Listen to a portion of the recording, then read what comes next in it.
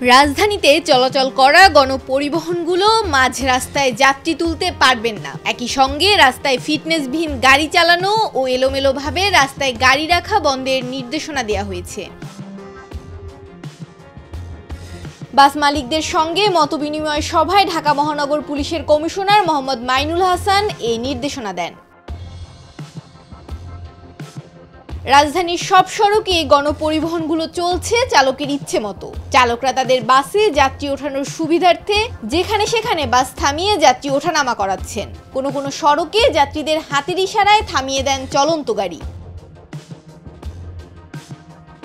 রাজধানীর গণপরিবহনগুলো যত্রতত্র বাস থামিয়ে যাত্রী নেওয়া যেন তাদের দীর্ঘদিনের অভ্যেস। শুধু মানুষের যত্রতত্র পারাপারি নয়, যেখানে সেখানে থামছে বাসগুলো। ইচ্ছে মতো সড়কের উপরই যাত্রী তোলা হচ্ছে। মানুষও দৌড় দিয়ে ঝুঁকি নিয়ে বাসে ওঠানামা করছে। এসব ঘটছে ট্রাফিক পুলিশের সামনেই। ডিএমপি কমিশনার বলেন, রাস্তায় ফিটনেসবিহীন গাড়ি চালানো, রাস্তার মাঝখানেও যত্রতত্র দাঁড়িয়ে যাত্রী ওঠানামা এবং এলোমেলোভাবে রাস্তায় গাড়ি রাখা বন্ধ করতে হবে। ড্রাইভার ও বাস শ্রমিকদের এ বিষয়ে আরও সচেতনতা ও সাবধানতা অবলম্বন করতে হবে। তাদের আরও বেশি মনিটরিং করা ও জবাবদিহিতার আওতায় আনতে হবে।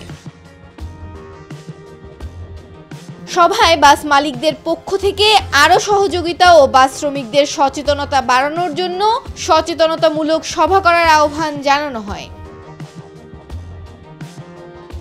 মৌমিতা মৌ, ডেস্ক রিপোর্ট, ভোরের পাতা।